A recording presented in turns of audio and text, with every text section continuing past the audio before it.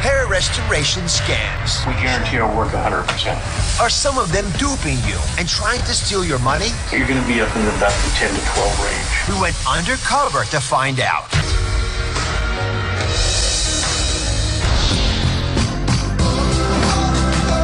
We'll save lives today. You guys ready to get healthy?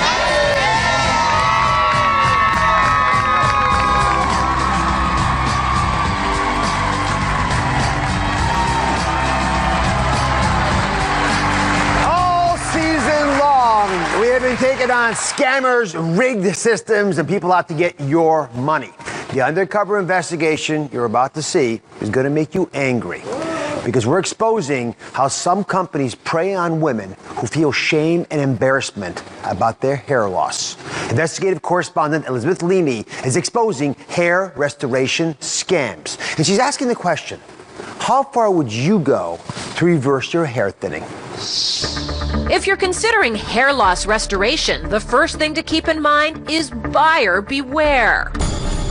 Hair restoration is a booming business. Transplants are up 27% since 2012, and high-priced clinics offering foolproof results are popping up all over. So are the horror stories. These are pictures of hair loss surgeries gone wrong. Excessive bleeding, infection, scarring, and failure to actually restore hair. Any of these serious side effects are possible when unscrupulous or unskilled doctors and technicians attempt the procedure without sufficient training.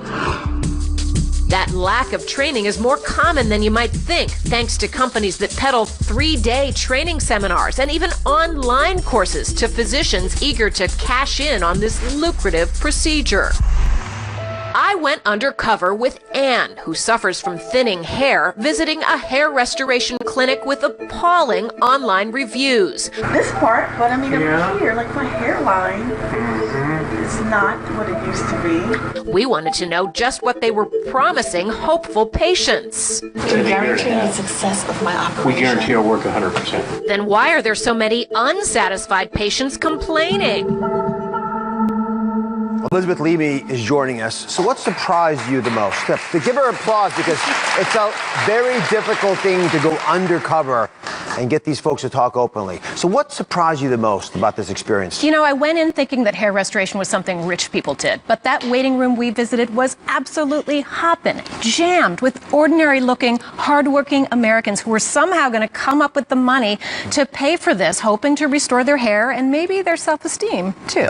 I've seen it firsthand. I know how painful it is to think that your hair is playing for the other team.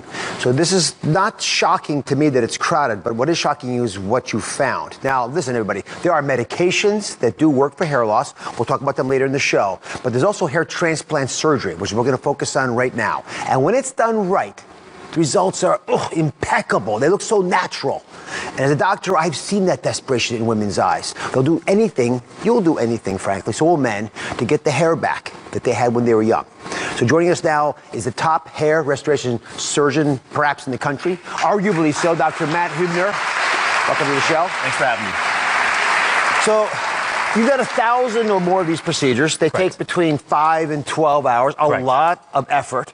Absolutely. When you see these physicians conning these women, and we're about to show some footage that's absolutely riveting on this. Yeah. How does it affect you? It makes me angry. I feel bad for the women that have to go through this. I mean, it's such a emotionally charged thing for a woman to lose her hair.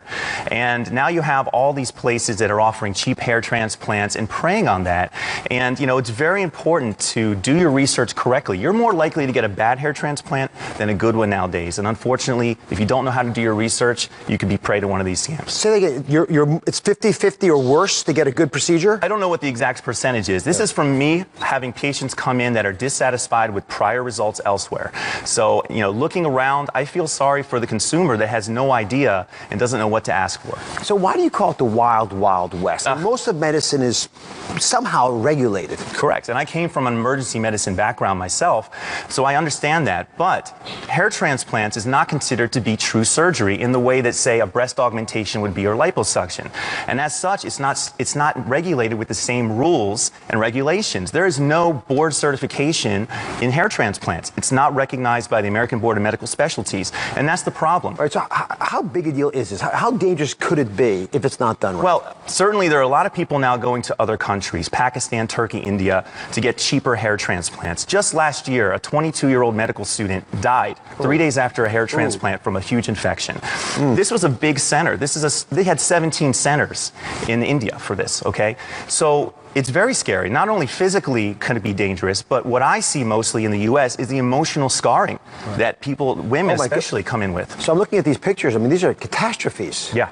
Yeah. I mean, I don't know whether those are puncture holes, but I guess they would put the hairs in the top left. Right. So there's different ways of doing hair transplants. In these foreign countries, the big push is something called FUE, where they take little extractions individually from the back of the head rather than a strip. So there's all kind of complications that can occur. And if someone's not trained the right way, it could be a disaster. My doctors that I train, it takes at least 9 months for them to become comfortable, and where I feel comfortable of them putting out good work and representing our practice. And how good does it look when it's done right? Absolutely incredible. I have hundreds of patients that can attest to how it's changed their lives, given them more confidence. Women that could never wear their hair back in a ponytail are now going out. Here's an example. This woman there's a before and after. That's Tanya, yeah. So this is one of our patients that is a huge advocate for us with African American hair. And it's important to know African American hair types are much different than Caucasian. In the experience of the technician's doctor, it's very important. It changed her life, and she's happy to talk about it, has her own YouTube channel and everything. And there's a gentleman who's got a pretty good result. So yeah. I have a friend actually recently had one. I could not tell, except I knew what he looked like before. So I know what good can be, which is why it's so infuriating when I see bad. So we wanted to know what really is going on in these hair restoration scams. So Elisabeth Leamy bravely went undercover with one woman who was losing her hair to find out. And what's going to happen next will shock you. Stick around. Next, what really goes on inside these hair restoration clinics. Protect yourself from being scammed.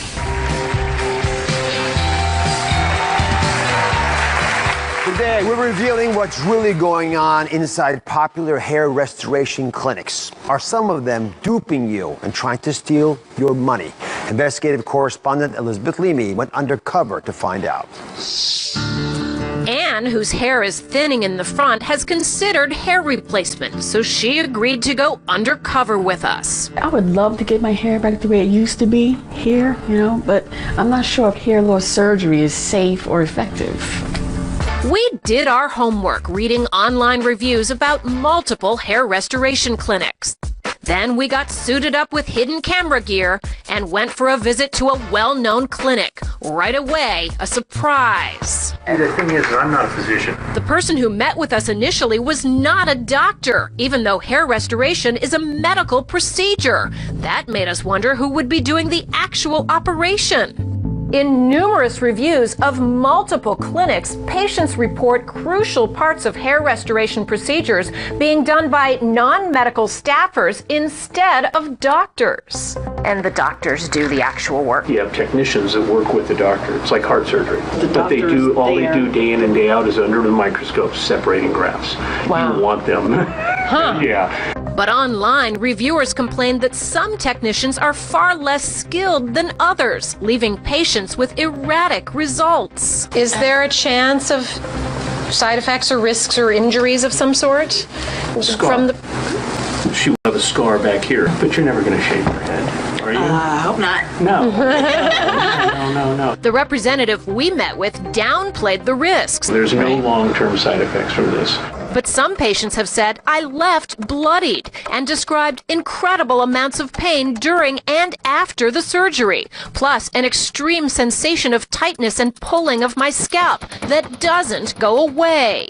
Can you guarantee the success of my operation? We guarantee our work 100%. Any grafts that do not survive or grow normally will be replaced at no charge, unless you don't have sufficient donor hair, and then it would be a refund. So you're saying you're not actually guaranteeing my results, but if they don't, if it doesn't work. There's 2 to 3 patients a year that come back and are happy. Many reviewers say after all they went through, there was virtually no improvement in their hair, with comments like, "I practiced patience, but the results never came. And 1 year later, I am bald to a point I need a wig." Hello. Hi, nice to meet you. What's your name? Anne. But when Anne finally met the doctor, he declared her an excellent candidate for hair restoration. She's a very good candidate. Look at that curl. Look what you have. And the estimated cost for the procedure? You're going to be up in about the 10 to 12 range. That's $10,000 to $12,000. That's a lot for some hair. At that price, you have to use your head if you're thinking about restoring your hair. Elisabeth Leamy and Anne are here. And if Elisabeth hadn't been with you, do you think you would have paid $10,000 to $12,000 to have this done? If money was no object, I would have fallen for it. Totally, because the salesman, his pitch was flawless, and he had done the operation himself. He had the procedure done himself, so he showed me his before and after pictures, and I would have been convinced. He started out the pricing at like a lower level, but then like once the doctor came and the price practically doubled. Why? He said she was going to need two Yeah, treatments. he says I would need 2. Suddenly the price was going up. Yeah. So, Elisabeth, you went really in depth into this investigation. When you actually saw the pitches and the proposals, what bothered you the most? It felt like a business instead of a doctor's office. I mean, the first person we met with was called a counselor, but come on, he was a salesman. Totally. And the educational brochures, those were marketing brochures. I know what a marketing brochure looks like. And they even offered Anne a line of credit, basically a credit card, to pay for the procedure. This was a business. They're selling you a car, basically. Yeah, pretty much. Dr. Huber, you witnessed this. Yeah. As an expert in the field, what did you think about that? What would you have told Anne if you were honest about this procedure? Sure. So a couple of things. One would be nobody brings up the idea about testing. So just because you lost your hair doesn't mean that everyone's a candidate for a hair transplant. There are many medical diseases, thyroid condition, for example, hormone imbalances, which can cause hair loss. There's also conditions which can have you lose your hair, which don't respond well to a hair transplant. Inflammatory conditions that will require a biopsy before getting a transplant. And this is really lost a lot of the time when people meet with the salesperson. That's the last thing on their mind because that doesn't allow them to sell you surgery. The second thing I would tell you is technicians that the doctor works with are just as important as the doctor. They're the ones cutting your grafts up and they're the ones placing it. So there are very different types of technicians and based on experience. So you could have a technician, and by the way, there's no school for technicians. This is something that's taught on the job. So there's no school. Don't be first. It's scary. Again, Wild Wild West, it's true. So these are the important questions to ask. So, I've seen patients come in from other places unsatisfied, where one half of their head was great, and the other half was completely different. It was almost like 2 different surgeries. And what's happened is you have an experienced technician and an unexperienced technician on different sides of the head. So that's The big story here. Doesn't have to happen to you, Anne. Thank goodness you had Elisabeth with you. But anyone at home, I want you to have the right tools so you can take control of your health. So we're laughing, not crying. And you can control your wallet more effectively as well. So Dr. Huber, reveal some tools we can all use right now. Sure. So, the first thing I would tell you is, make sure you do your research. Very, very important. Some people just go in and say, well, this is a big company. I don't need to do the research. Make sure you research your doctor. Ask how many doctors are in the practice. A real transplant takes a doctor anywhere from 5 to 12 hours to do a surgery. So ask how many patients do you do a day? If the answer is any more than 2, run away as fast as you can. You cannot be in the room for that long. So a lot of doctors, unfortunately, have the techs doing all the work, and they're in their office on the internet, or maybe even doing a plastic surgery case and not really involved. All right, so ask the questions. You always have to do that. Make sure an MD's doing the procedure. Otherwise, you're going to have someone else, maybe the first time ever, trying it out in your body. And then finally, if it's too cheap to be true, we should believe it. Yeah, that's something my mom always said. If it's too good to be true, don't believe it. Yeah, so the average, for someone that's good, that's reputable, an average surgery is going to be anywhere from $5,000 to $12,000, okay? Depending on the doctor and how much work you need to have done. Just a little hairline work might be $5,000. A full head of hair, maybe $12,000. So if anyone's offering you a surgery for $1,500, a red flag should go up immediately. Sometimes people will go to these outside clinics outside of the country for low-cost hair surgeries. We don't even know if it's a real doctor doing the surgery. So your likelihood of getting a surgery that's good goes down even more. And if you go into an office and you just don't have a gut feeling that something's awry here, I just don't feel good about the doctor, I don't feel good about that's a good, that's something you definitely should, a red flag should go up, you should run the other way. So normally, I would call the FDA, I'd call the American Medical Association, even the American Society of Plastic Surgeons. I'd call somebody to get a response to the scams surrounding hair restoration. But I can't, because there is no governing body or medical society to reach out to. Completely unregulated field, hair restoration. So I think it is time these major organizations got involved so unscrupulous doctors can stop preying on vulnerable women and men. You guys deserve better. Thank you for sharing your stories, for doing all the homework, and for coming on the show.